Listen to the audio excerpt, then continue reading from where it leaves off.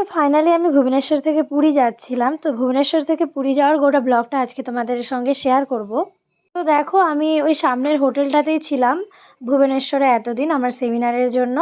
তো এরপরে আমি পুরীর জন্য বেরিয়ে যাই, কারণ ভুবনেশ্বরের কাজ প্রায় কমপ্লিট হয়ে গেছিলো আমার। আমি সেদিন ভীষণ খুশি ছিলাম, কারণ ফাইনালি আমি জগন্নাথ দেবের দর্শন করতে পারবো। দেখো ভুবনেশ্বর থেকে পুরী যাওয়ার অনেকগুলো উপায় আছে। ট্রেনেও যাওয়া যায়, বাসেও যাওয়া যায়, কেউ কেউ ক্যাব বুক করেও যায়।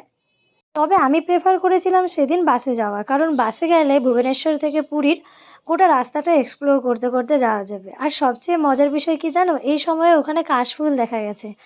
আমার তো খুব ভালো লাগলো। আর তারপরে দেখো এই পুরী শহরে আমি তো পৌঁছেই গেলাম।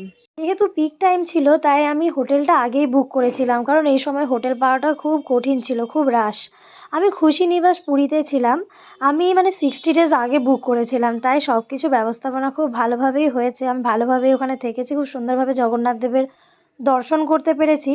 তারপরে এই দেখো আমি চলে এসেছি সমুদ্রের পাশ দিয়ে। এখন আমি আমার হোটেলের দিকে যাচ্ছিলাম।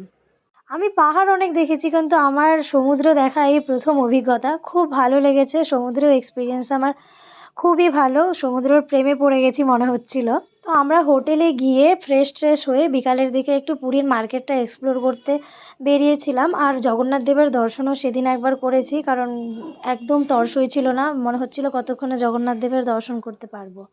তো মার্কেটে দেখো বিভিন্ন দোকান ছিল।